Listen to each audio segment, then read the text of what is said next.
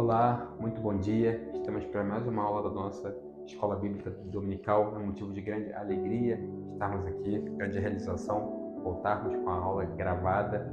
É importante para aquelas pessoas que não conseguem estar no presencial, mas aqueles que não puderam por alguma razão temporária ou alguma circunstância, eu encorajo que venham no presencial, porque é uma interação diferente.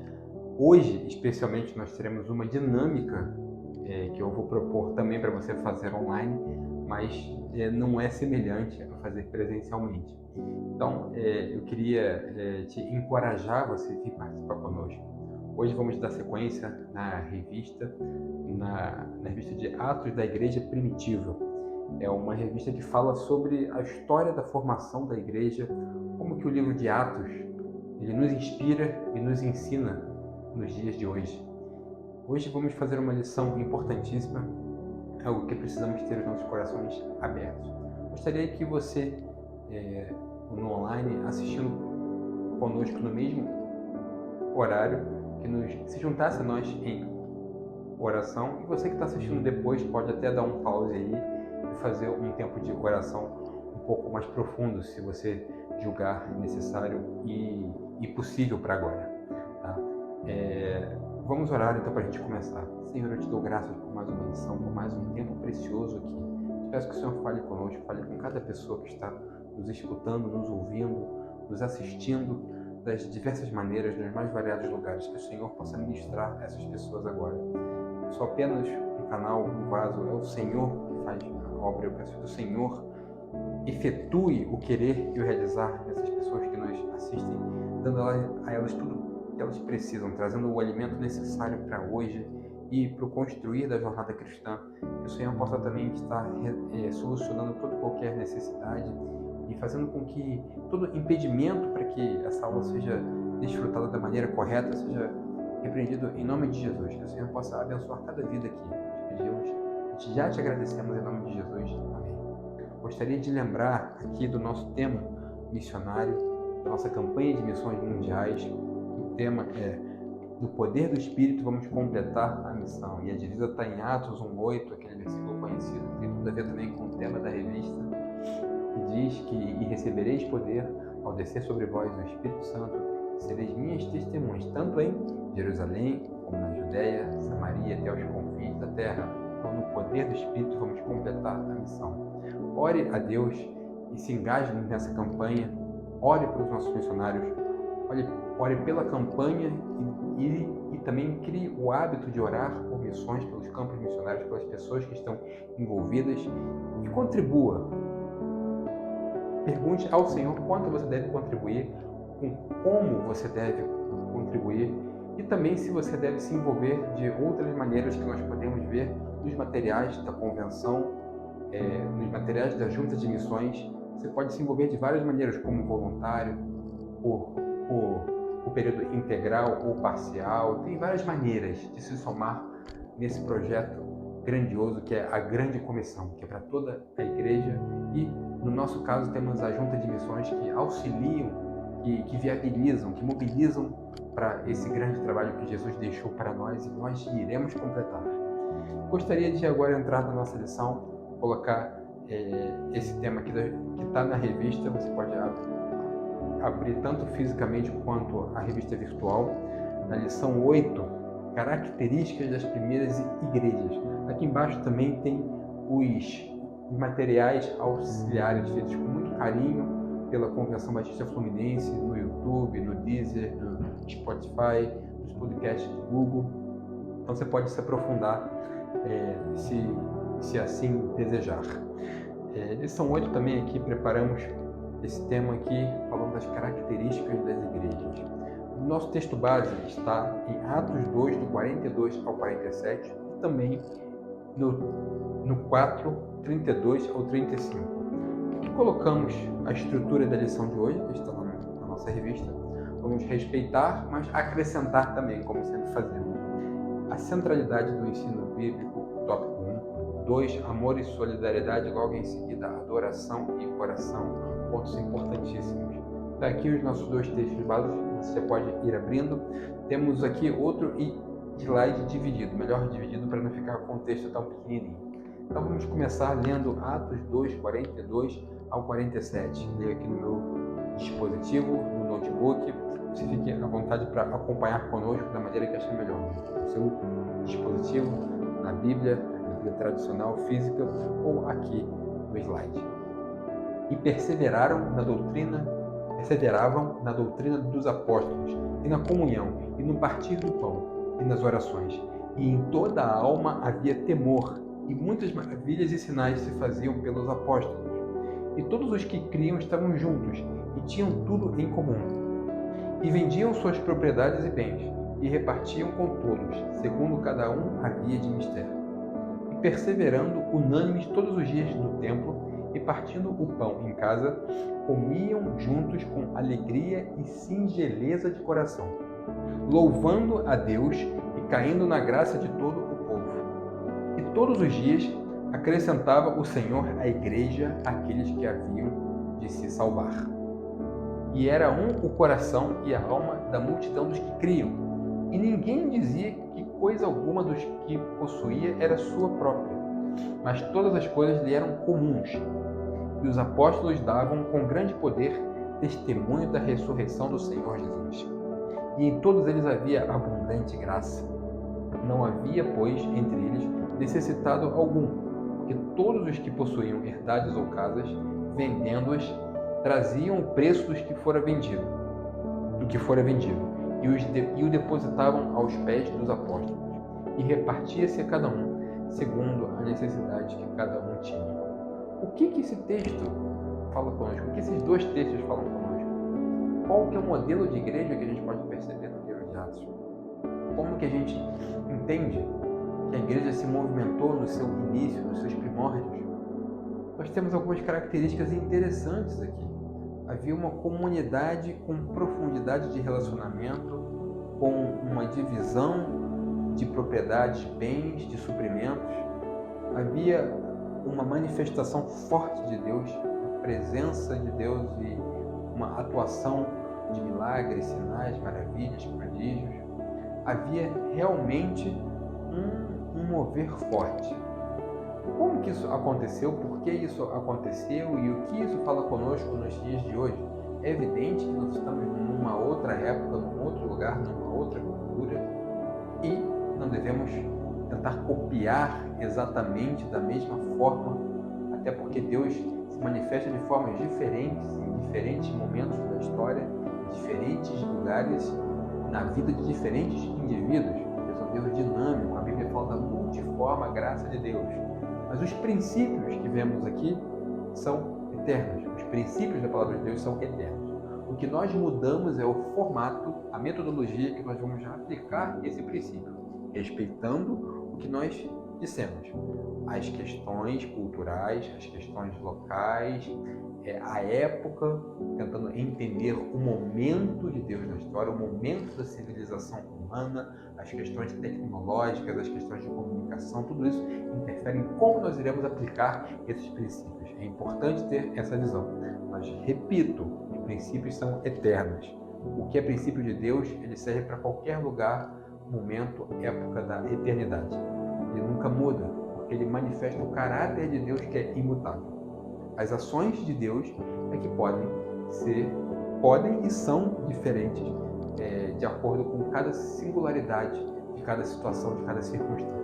Dando prosseguimento aqui, é importante nós entendermos que essa questão que está na nossa revista, você pode ler e acompanhar o foco no reino. E nós trazemos uma informação aqui importante. Jesus citou o termo reino de Deus, o reino dos céus, 122 vezes. Será que esse tema é importante para Jesus? Será que a gente está querendo hoje, sempre vai querer nos dizer algo sobre a importância do reino de Deus? O que é o reino de Deus? O apóstolo Paulo fala sobre o reino de Deus, explicando de uma maneira interessante, de uma maneira lúcida, clara, cristalina. O reino de Deus é paz, alegria e justiça do Espírito Santo. O reino de Deus, ele não é físico, material.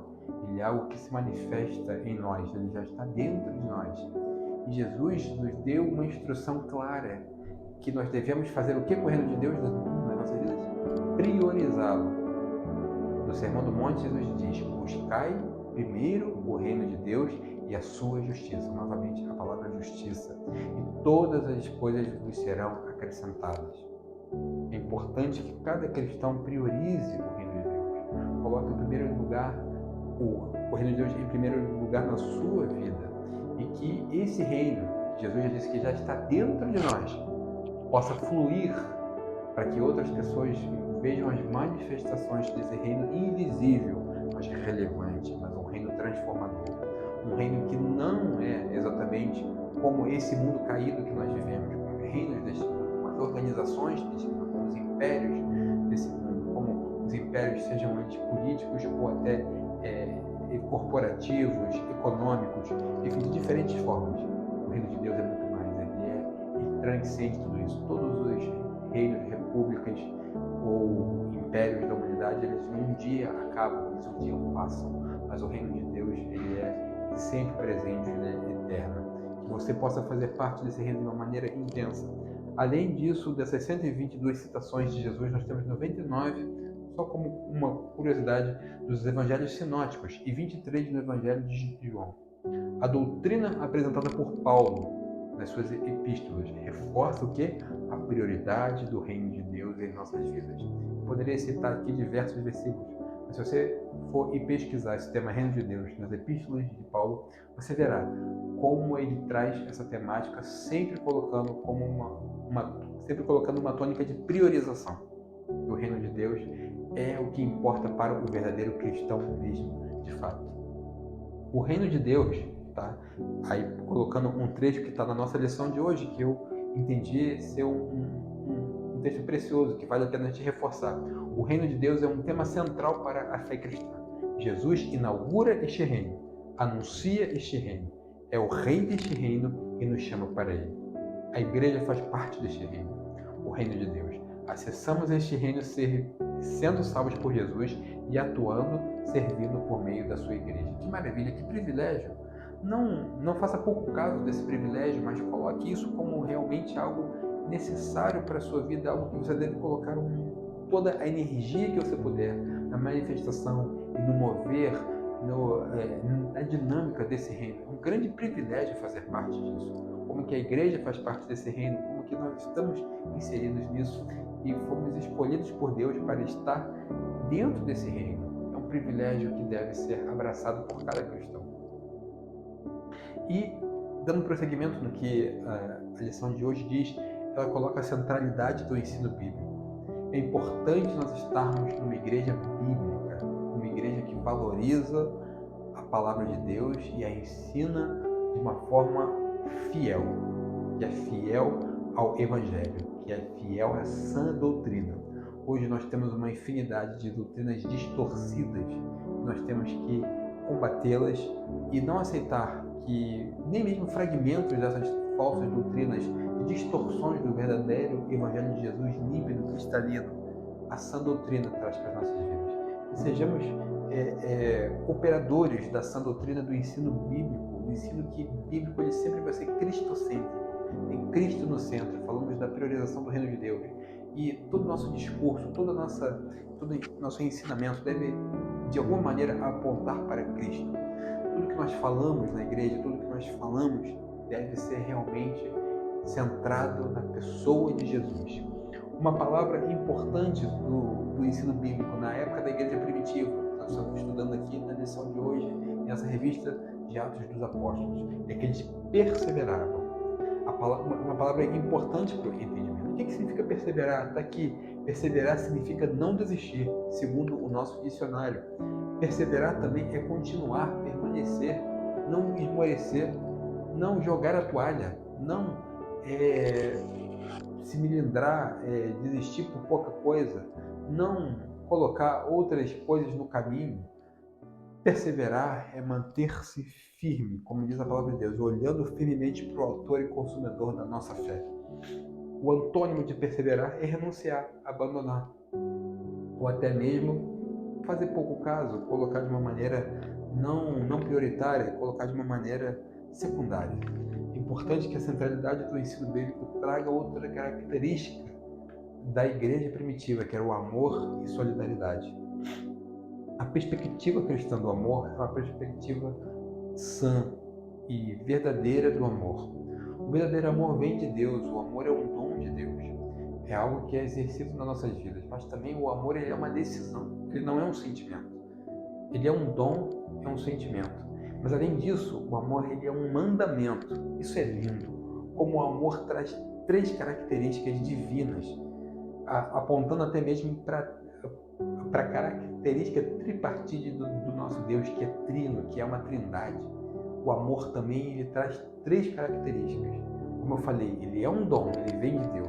Ele é um mandamento. Você deve exercitar esse dom sempre, continuamente, incondicionalmente. A Bíblia manda amar sempre, inclusive os inimigos. A Bíblia manda amar em todo tempo. É algo que você deve fazer exercício desse mandamento continuamente. E o amor também, ele, além de ser um dom, um mandamento, ele é uma decisão que você vai tomar de exercer esse amor. E todo esse exercício do amor trouxe o que para a igreja primitiva? Abundante graça. Sobre todos eles havia abundante graça. Que maravilha! Nós podemos dizer isso das nossas vidas. Eu posso falar isso para mim. Sobre mim existe abundante graça. As pessoas olham para mim e dizem: sobre essa pessoa tem abundante graça. Essa pessoa transborda, jorra graça. Suas palavras são de graça. Creio que não. Eu preciso evoluir muito. Todos nós precisamos. Para que a nossa igreja de hoje possa ser uma igreja em que se diga, como eu falei, de uma maneira diferente. A gente não precisa usar as mesmas roupas que eles usavam, ter o mesmo discurso da época, usar as mesmas ferramentas que eles usavam, as ferramentas aqui diferentes hoje, você aí, tudo bem, na nossa época, mas esse princípio, seguir esse princípio, buscar que haja entre nós abundante graça. Será que isso seria demais? Será que isso é utópico? Será que isso era só para os apóstolos ou para a igreja no seu início? Não. Isso é para nós hoje. Que você busque na sua vida ser uma pessoa que esteja exercitando tanto o amor de Deus na sua vida que venha uma plenitude, venha um jorrar, um fluir de graça. E que isso contagie outras pessoas, para que nós possamos ser uma igreja que seja reconhecida dessa mesma maneira. Isso é possível, isso é alcançável. Nós temos tudo disponível para nós, depende das nossas decisões, do que nós vamos fazer, para que sobre nós haja abundante graça. Adoração e oração. Adoração é algo sublime que nos leva ao propósito eterno de Deus em nossas vidas. Muitas coisas que nós fazemos hoje são importantíssimas, são cruciais. Um dia elas vão terminar. A adoração ela não vai terminar, mesmo na consumação dos séculos. Nós viveremos para seguir adorando a Deus. A palavra adoração, muitos confundem com música. Música é um instrumento sim, de adoração poderosíssimo. Nós temos que valorizar demais. Mas adoração surge num contexto em que aparece na Bíblia num momento em que não há nada de música. A palavra adoração aparece na Bíblia da primeira vez com Abraão, quando foi sacrificar Isaac. E Abraão chegou para as pessoas e usou essa palavra linda: eu vou subir como o rapaz e depois de ter adorado, voltaremos. Adoração, em primeiro lugar, entrega. Ela tem a ver com o sacrifício. O apóstolo Paulo traduziu isso: sacrifício de louvor, lábios que exaltam o seu nome, o precioso nome do Senhor. É importante que tenhamos essa perspectiva. Apesar de que música, como já falei, pode ser um precioso instrumento de adoração. Ela é e pode ser em muitos momentos.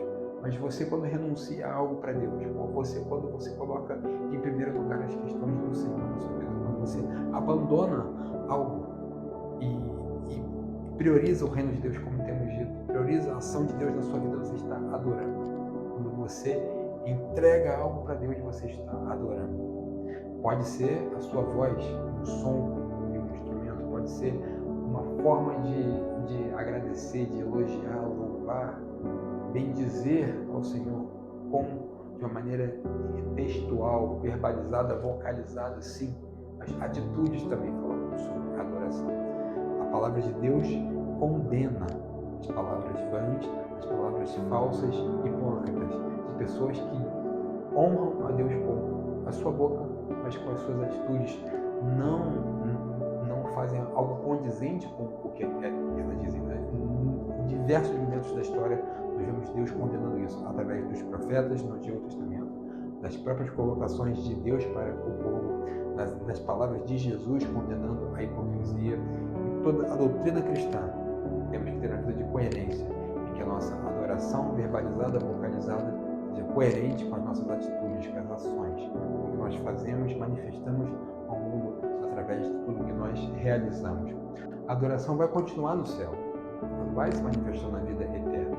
Ela é algo que vai continuar, como já falamos. Então é algo que deve ser exercitado sim na vida cristã, o tempo todo.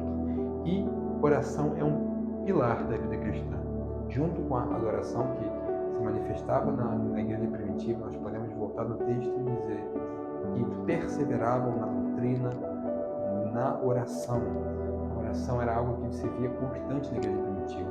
Quando Pedro e o outro apóstolo foi preso, o que aconteceu? Havia incessante oração por eles. A igreja não parava de orar. Eles subiam ao templo para orar, eles oravam nas casas, eles oravam uns pelos outros, eles oravam o tempo todo. E o apóstolo Paulo, depois doutrinando, fala orar sem cessar. Sem cessar não é que você vai conseguir ficar orando 24 horas por dia, não vai nem dormir, não é isso.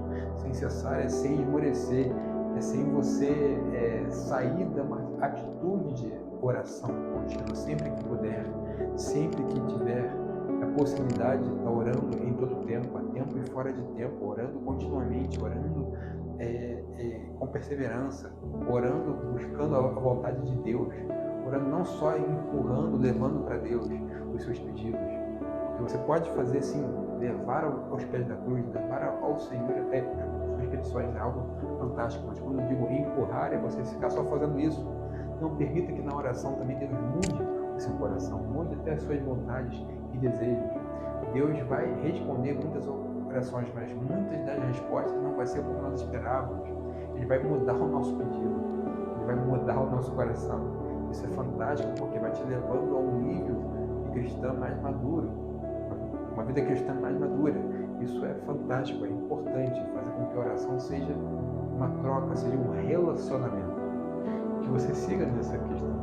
Então, entendendo esses tópicos que a revista nos traz, da abundante graça, da perseverança, da solidariedade que eles tinham uns com os outros, repartindo tudo, do amor fluindo, jorrando sobre eles, a questão da adoração, da oração, a questão da doutrina dos apóstolos, tudo fluindo dessa maneira.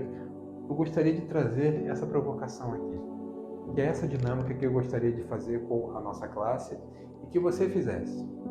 Se você estiver assistindo junto com alguém, na sala, na TV, pare um pouco agora aí e converse sobre isso aqui. A nossa classe presencial também está fazendo isso num momento parecido da aula, na dinâmica da aula. Claro que na classe vão ter perguntas e tal, não é exatamente síncrono aqui, mas mais ou menos.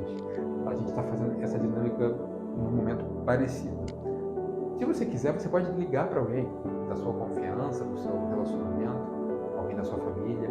Você pode ir até alguém que está aí na sua casa ou onde você estiver assistindo e faça esse pequeno debate como nós vamos fazer na classe. Um momento de uma dinâmica falando como é a igreja hoje, como você enxerga a igreja hoje. Entendemos como funcionou na igreja primitiva. Como é hoje? Como é aqui no Brasil?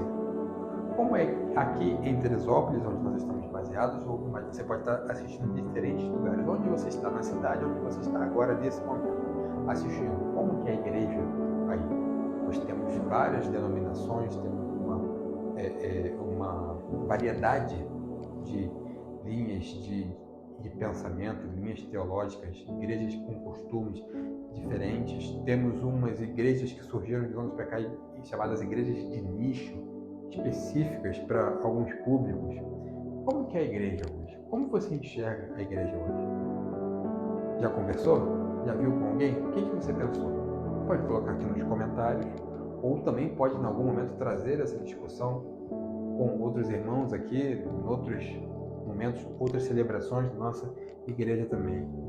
Novamente, como a igreja de hoje, temos uma imagem aí de uma igreja antiga, tradicional, histórica, tem igrejas que nós chamamos de templos, que são pontos turísticos. Vamos mostrar alguns exemplos aqui. Temos o suntuoso Templo de Salomão, lá em São Paulo, da Igreja Universal, desse líder aqui, super conhecido, Edir Macedo. Temos uma igreja que é uma maravilha arquitetônica. Olha essa igreja daí. Eu pesquisei e fiquei surpreso com esse tipo de templo que fizeram. Temos aqui também a Igreja da Sagrada Família, em Barcelona. Demorou dezenas de anos para ser construída. Foi construída com tantos detalhes, tantas questões. Temos aqui 2 exemplos de igrejas rurais, bucólicas, uma numa paisagem mais brasileira e outra numa paisagem mais europeia ou americana. Eu localizei essas fotos na internet. Igrejinhas pequenas, menores, para localidades rurais. Essa aqui chega a ser uma capela, né? Eu estou mostrando templos, não estou mostrando igreja. Agora, igrejas reunidas. Algumas cenas aqui de igrejas mais contemporâneas, com iluminação, uma projeção. Na nossa igreja temos iluminação e projeção, instrumentos contemporâneos, música contemporânea. Também cantamos hinos tradicionais e eu particularmente gosto muito desse mix e de juntar isso antigo com o novo, o tradicional com o contemporâneo. Acho muito interessante, mas a única questão que está sendo muito comum em muitos lugares que a nossa igreja não temos é essa luz apagada, né? essa penumbra e você não vê no entorno, vê só o que está sendo feito lá na frente. Eu particularmente prefiro enxergar as pessoas no entorno com bastante claridade. Não é uma crítica a quem está funcionando bem assim, dentro dos princípios de Deus, ok? Mas é uma questão de preferência pessoal. Mas temos esse fenômeno acontecendo. Como eu falei, incorporamos algumas dessas questões na nossa realidade, na nossa comunidade. Como que isso está funcionando? Você acha que isso tem sido importante, relevante? E como tem sido a igreja hoje? Falei de templos, falei de formas de celebração, de adoração comunitária, de celebração de culto. Mas como ela tem sido para a sociedade? Nossa igreja tem sido relevante nos dias de hoje? Nossa igreja tem sido respeitada? Nossa igreja é procurada pela sociedade quando precisa ser a voz de Deus, quando precisa ser a consciência da sociedade? Nossas igrejas são reconhecidas como instrumentos de ação social, de socorrer ao necessitado? Nossas igrejas têm feito diferença na vida das pessoas? Temos visto transformação de pessoas? A resposta que eu diria aqui é sim e não. Temos visto sim muito disso acontecer, mas o não é porque ainda num nível muito diferente da igreja primitiva. Nós temos muito mais recursos, nós temos muito mais história para nos inspirarmos, para entendermos. Nós temos muito mais facilidades hoje em dia, esses recursos que eu falei, e não estamos sendo devidamente relevantes. Aqui na cidade de Teresópolis, a população é majoritariamente cristã. Nós temos uma quantidade grande de igrejas, e isso parece muito bom. Nós temos, segundo os censos do IBGE, números altíssimos de percentual de cristãos. Nós temos uma maioria evangélica na nossa cidade, juntando com a população que professa o catolicismo, passa de 70%, em algumas aferições chega a 80%. Isso nos traria uma rápida conclusão. Olha, se nós temos mais de 70%, quase 80% de pessoas que servem a Deus, que têm os princípios cristãos, nós não vamos ver criminalidade, não vamos ver uso de droga, os índices de abandono de crianças serão baixíssimos, índices de divórcio serão menores, enfim, todos os indicadores sociais serão fantásticos. Essa cidade será uma cidade solidária, uma cidade acolhedora, será uma cidade em que não há disputas por poder, vai ser uma cidade em que todos querem servir, ajudar, vai ter uma minoria não cristã, mas socialmente vai vai ser muito menos importante do que a maioria que vai fazer o bem o tempo todo. É isso? Não. Não é isso que está acontecendo. Nós temos uma população majoritariamente cristã, mas que certamente não são discípulos de Jesus.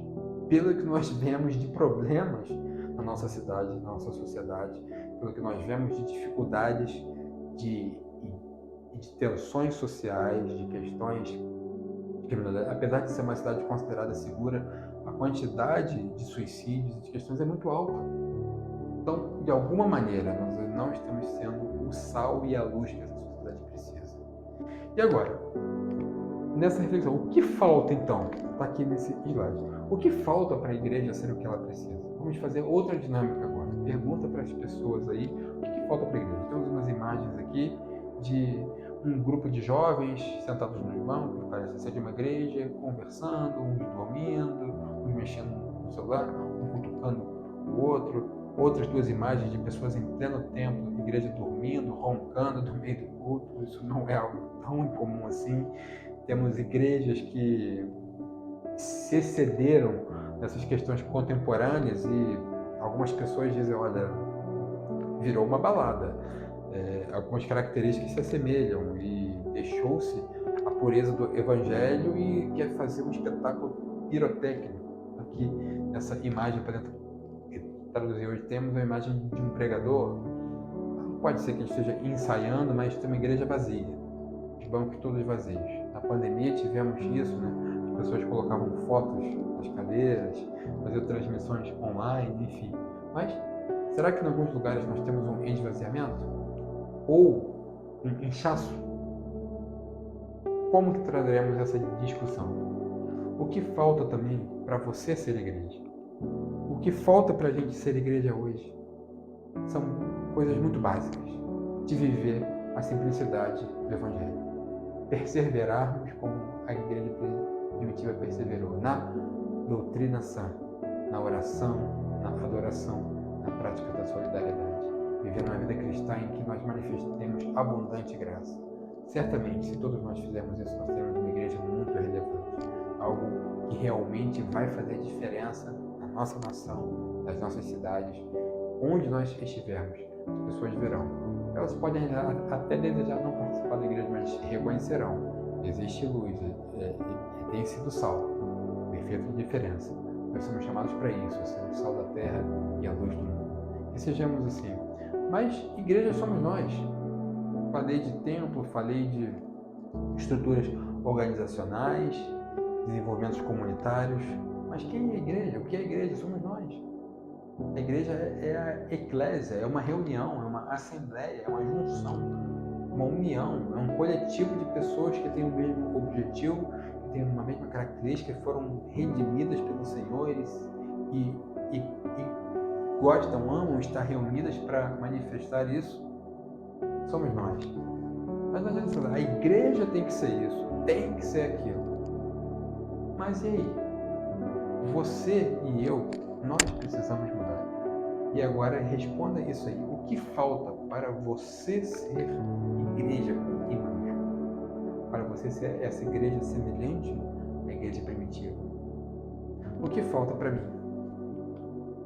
Mais tempo de oração, mais perseverança na leitura da palavra de Deus, mais afinco na participação nas manifestações comunitárias, mais solidariedade com os necessitados, manifestar essa abundante graça. Olhe para o modelo correto de igreja e olhe para nós, para você, para mim, para você. Olhe, se olhe no espelho agora e veja o que está faltando. Se arrependa diante de Deus. Peça a Ele que o ajude, o conduza a ter o que nós precisamos, o que está faltando. Faça um momento de oração, mesmo no ar, dá um pause aí, ou assista de terminar o vídeo e pare, se não puder agora, no outro momento. Coloque-se diante de Deus, do Senhor. Eu preciso ser a igreja como o Senhor quer que eu seja, não como estou sendo, mas no modelo correto. Me ajuda a entender e a praticar, realizar. o Senhor que efetua em nós o querer e o realizar. Nós precisamos estar disponíveis para o que Ele quer fazer em nossas vidas. E sigamos assim. Gostaria de terminar com esse trecho que retiramos também da revista. Eu achei muito positivo. Uma conclusão: não podemos negar. A igreja primitiva e os atos dos apóstolos escolhidos por Jesus nos inspiram. Somos a continuidade dessa missão. Somos a igreja do Senhor. A comunhão desta igreja, a pregação como a de Pedro e Paulo, as constantes orações no templo e nas casas, o partir do pão, a perseverança na doutrina, uma liderança servidora, os irmãos não passando necessidade, o foco na missão, a atuação e dependência do Espírito Santo, os batismos, a resistência às perseguições e a igreja com tudo isso caindo na graça do povo, são exemplos claros de como Jesus é o fundador e cabeça da igreja. Essas características não cessaram. Busquemos viver desta forma. Somos a igreja do Senhor, juntos, no mesmo propósito e contando com o mesmo Deus, orientados pelo mesmo Cristo e no poder do mesmo Espírito. Glória a Deus. Que isso seja algo realmente vivo, prático, na sua vida, na minha também. Precisamos muito. Queria terminar também perseverando na oração. Porque assim, a gente não consegue fazer isso de nós mesmos. Precisamos desse mover em nós. É claro que Deus quer fazer. Se não está sendo feito, a culpa é nossa. Mas quando nós nos colocamos, não adianta você pensar que você é na sua força, as suas virtudes, você vai conseguir ser de igreja como Ele quer que nós sejamos.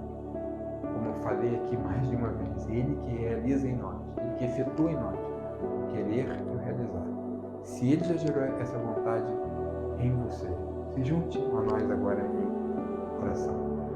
Pai, obrigado pela Tua palavra cristalina, eterna, viva, eficaz, inerrante. Obrigado, Senhor, porque nós podemos compartilhar agora. Que o Senhor gere nas pessoas que viram, ouviram, ainda mais vontade de se aprofundar nessa Tua palavra e verdadeiramente a praticar. Sim, não podemos ser somente ouvintes, mas que sejamos praticantes dessa palavra, como foi dito lá por Tiago, inspirado por Deus, certamente inspirado por Deus. Te peço, Senhor, que o Senhor nos ajude a ser igreja. Que o Senhor nos ajude a mudar o que precisamos mudar, restaurar o que precisa ser restaurado, trazer de novo, Senhor, o que nós perdemos nas nossas próprias programações, no nosso entretenimento, nos nossos egoísmos, que possamos mudar, possamos perseverar na oração, no estudo verdadeiro da palavra, na solidariedade, na prática do amor, da justiça, na atenção aos necessitados, na nossa comunidade e para fora dela. Que possamos viver o Evangelho de Jesus mesmo na íntegra e derrama sobre nós para isso, Senhor Deus, abundante graça. Possamos seguir nesse caminho, que o Senhor nos abençoe, porque sem o Senhor nada podemos fazer, como Jesus disse. Pai, como Jesus disse, sem Ti nada podemos fazer. Faz em nós, opera em nós, sejamos igreja, manifestando ao mundo, Senhor, o que Ele precisa ouvir. E Jesus é a solução, Jesus é a salvação, Jesus é Salvador e Senhor. Possamos manifestar ao mundo as Tuas verdades.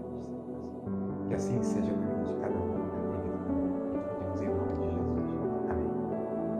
Mais uma vez, uma grande satisfação que o Senhor possa abençoar a sua vida e participe das atividades da nossa igreja, buscando melhorar, ser esse padrão de igreja. Participe da campanha de missões mundiais.